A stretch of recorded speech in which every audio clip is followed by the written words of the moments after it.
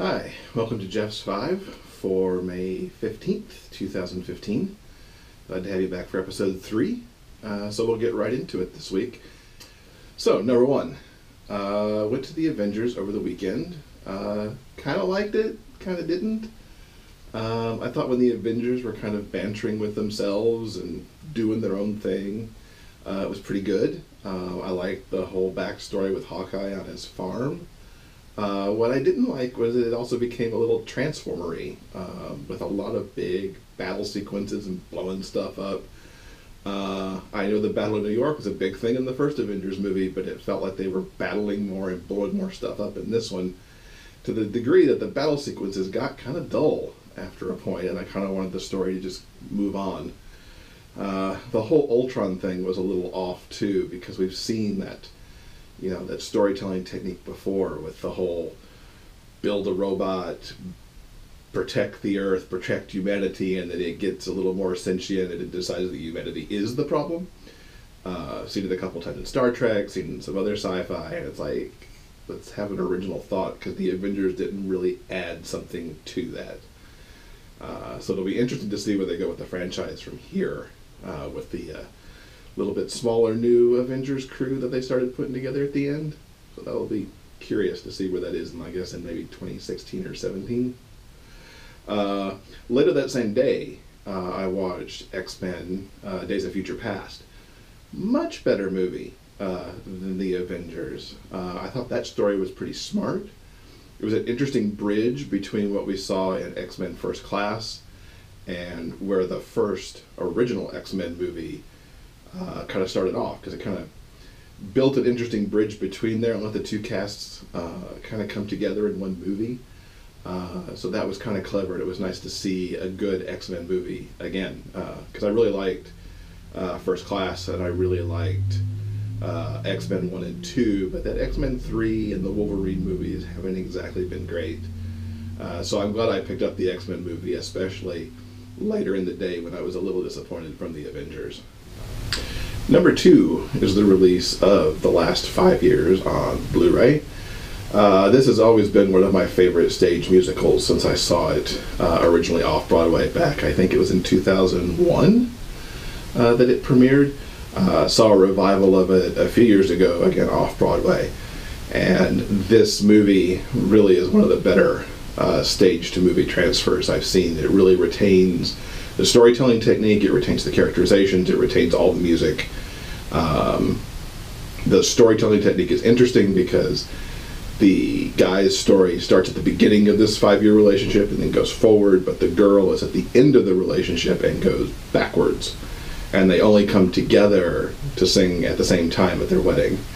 Highly recommend it. Check it out. DVD, Blu-ray, video on demand, etc., etc. I don't think you'll be disappointed. Number 3 is a bit of an odd one. I drive a lot to San Francisco these days because I have a client down there. So I'm often making the 5 to 6 hour drive down and back, usually once a month, every 4 to 6 weeks sort of deal. I've come to really like this drive. I didn't like it when I lived in this area back in the late 90s. The roadway's improved a lot since then, but the drive now, to me, if I'm doing it on a sunny day, is just gorgeous. This video that you're seeing is actually a little bit that I shot the last time I took the trip, which was last week, actually, I think. Just really gorgeous with the trees and the sun coming through them and everything. I'll admit it's still not a great trip if it's dark out, because it's very dark driving around these trees with not really any street lights. And also pouring rain in the winter, not fun either, but these last couple of trips in the springtime have been really nice. So I decided to share a little bit of that video with you guys so you could see what this really pretty trip looks like. Number 4, we'll look at some reality TV. If you're not caught up on The Voice and Dancing with the Stars, you might want to skip this part, because I'm going to talk about the semifinals. For The Voice, I'm really sad to see India go. I hyped her back in episode 1 for her rendition of Somewhere Over the Rainbow. She got eliminated this week. She couldn't win her battle against Corinne, which was kind of disappointing because I don't really much care for Corinne's voice on pop songs. So it's like I would have liked to have seen her go and get India into the finals. Not a big fan of Josh Davis either. He's just not working for me. Some of his songs work, some don't. and I wish one of them could have been sent home in favor of India staying. I do think it all comes down to Sawyer Fredericks and Megan Lindsay. For me, Sawyer tops out a little bit higher because I swear I can listen to him sing almost anything. I will try to hook up to one of his videos from this week up in the icon, so check that out. He did a really great rendition of a classic folk song and kind of gave me goosebumps over it. With Dancing with the Stars, I can't remember a semifinal that's been as outstanding as the one that happened this week. The 4 competitors are just all tremendously outstanding and talented, between Nastia and Riker and Noah and Rumor. I mean, just amazing stuff went down on the dance floor, especially the dances that the judges worked with the competitors on. I was blown away by it, and it wasn't surprising that they were perfect 10s across the board. Look up in the icon for Noah's Pasadobla this week, which was not only his best dance of the season, but best dance, period, I think, of the night for me. Followed closely by Derek and Nastia's waltz that Lynn did with them. I'm sad to see Derek go, because I'm always a big Derek fan. But anyway you cut the semifinals, somebody really good was going to have to go home that night. When it comes down to a winner, I think any of the 3 is good, but I'm putting all my votes behind Noah because he's really been so inspirational with his artistry and his attitude and his musicality.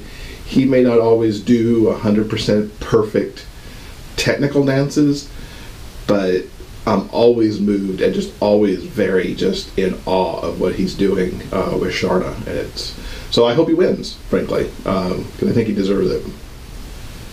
Number 5 this week is my obsession with Angry Birds Friends. Yeah, it might be a little embarrassing to admit that I spend way too much time on this game, and I'm actually trying to curtail a little bit, not only from a time standpoint, but a little bit on strategy as well.